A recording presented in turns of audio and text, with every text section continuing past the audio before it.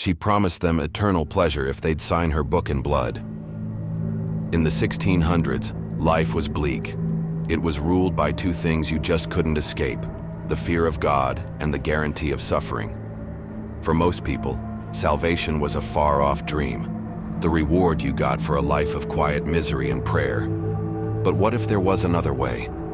A secret gospel that wasn't about suffering, but about pleasure? What if it was offered by a woman so charismatic, with promises so seductive, that people would do the unthinkable just to get into her inner circle? They wouldn't just question their faith, they would reject it completely, performing the ultimate act of devotion, signing her dark gospel in their own blood. This is the story of that forbidden pact, of a charismatic prophetess who offered a taste of paradise on earth, and the followers who risked their very souls to get it. The 17th century was a world of chaos and strict rules all at once.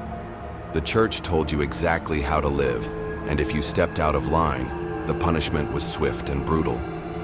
Society had its order. Men held the power, and women were expected to be quiet and obey. But it's in atmospheres like this, thick with repression, that something new and dangerous can take root. A new kind of prophet emerged. She wasn't a priest or a lord. She was a woman, an outsider, and her power didn't come from a pulpit. It came from a whisper. A whisper that spoke directly to the secret desires everyone was forced to push down. She described a world that existed just beyond their grim reality. A world of forbidden knowledge and physical joy. The very things the church said would damn them. In a time of war and uncertainty, her message of pleasure and personal power was like a drug. She wasn't offering an escape in the next life, but right here, right now. For the powerless, for the women told they were born sinners, and for the men trapped by rigid expectations, her words were a revelation. She was a light in the darkness, promising a different kind of salvation. One you could actually touch, taste, and feel. Section 1. The Rise of the Inner Circle. So, who was this woman? The problem is, official records won't tell you her name.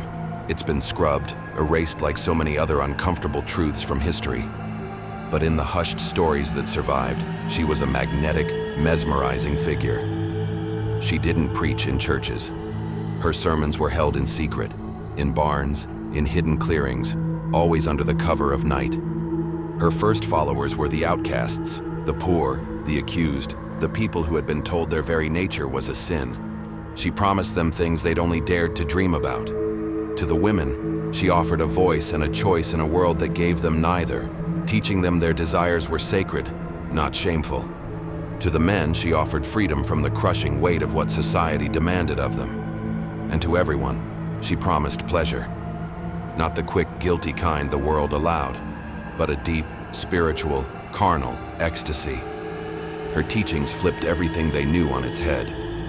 She didn't cast the devil as a tempter to be feared, but as a liberator to be embraced. Think about it. In the coerced confessions from that time, this figure was always described as a seducer, offering power and pleasure for loyalty. In 1662, a Scottish woman named Isabel Gowdy gave a famous confession where she described this entity as an irresistible lover.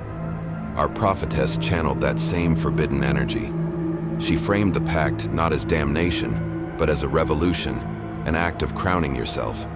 She was creating a new religion based on desire instead of fear, and people were drawn to her like moths to a flame. Section 2. The Forbidden Gospel and its Promises. At the very heart of her teachings was a book. This wasn't some gold-leafed Bible. It was a simple, leather-bound book, but its pages were filled with her gospel. This was the source of the forbidden knowledge she offered, a mix of rituals, charms, and ideas that flew in the face of the church. It taught that nature wasn't something to conquer, but to join. It taught that the body wasn't a prison for the soul, but a gateway to the divine. And the carnal delights she promised were a huge part of this new faith. The witch trials of that era are filled with lurid, often forced confessions about sexual encounters with the devil. These accounts, pulled from people under torture and duress, described a being who was both alluring and terrifying. In 1645, a widow named Mary Bush confessed that the devil had the use of her body, but was colder than man and heavier. Another woman, Ellen Driver, said he was cold, but that she had married him anyway. Our prophetess took these dark, scary folktales and completely reframed them. Inside her circle, these encounters weren't demonic assaults. They were sacred rituals.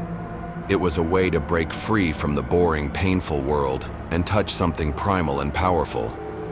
She taught that through these rites, her followers could unlock their true selves, gaining influence, foresight, and a capacity for pleasure they never knew they had. They were becoming more than human, shedding their old, repressed skins and being reborn. It was a total psychological reprogramming, meant to cut their ties to the old world and bind them to her forever. Section 3. The Blood Pact. To finally enter this seductive inner circle, one last irreversible act was required. You had to sign your name in her book, not with ink, with your blood. The Blood Pact is an ancient ritual, a symbol of an unbreakable bond that pops up in cultures all over the world. It's a ceremony that says our blood now flows in each other's veins, a bond that runs deeper than any contract. But in the 17th century, this was pure heresy. It was a deliberate, blasphemous mockery of Christian sacraments. Signing the pact was like a dark baptism, a rejection of your old faith sealed with the very liquid of your life. The blood was everything. It was a physical promise that couldn't be taken back. One confession from the Salem witch trials talks about how the devil won a follower by promising their sins would never be discovered, using their guilt to lock in their loyalty. This leader did something similar. She offered her followers a clean slate, but the price was literally a piece of themselves. The ceremony was intimate, intense. Away from any prying eyes, she would watch as the new member made a small cut on their hand or finger. As the blood welled up, they'd press their thumb into the wound and leave a crimson smear next to their name in her gospel. If they couldn't write, a simple mark was enough. The act itself was what mattered. It was the point of no return. In that moment, they stopped being just followers. They became family, bound by a shared secret and a shared sacrifice. They had rejected the God of their parents and pledged their body and soul to her, their new savior, and the eternal pleasure she promised. It's a chilling story about how belief can be twisted and how the simple desire for a better life can lead people down some truly dark paths. The line between a savior and a seducer is often thinner than we think. If you find these hidden histories as fascinating as we do, make sure you subscribe and hit that notification bell. You don't want to miss our next trip into the archives of the strange and forgotten. Section 4. The Unraveling. For a while, the circle actually thrived in the shadows. They were a secret club, held together by their blood pact and their shared taste of empowerment. But secrets this big don't stay secret forever. Whispers started to spread through the nearby villages. Talk of strange meetings in the woods at night, of certain people who were suddenly walking around with a new, almost unsettling confidence.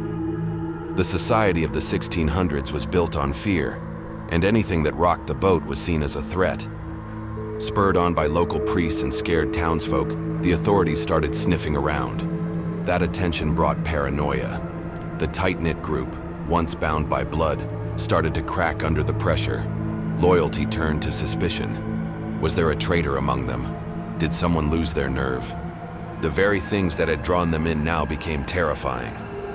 The promise of secrecy became the fear of being exposed. The promise of power became the fear of being hunted. The end was swift.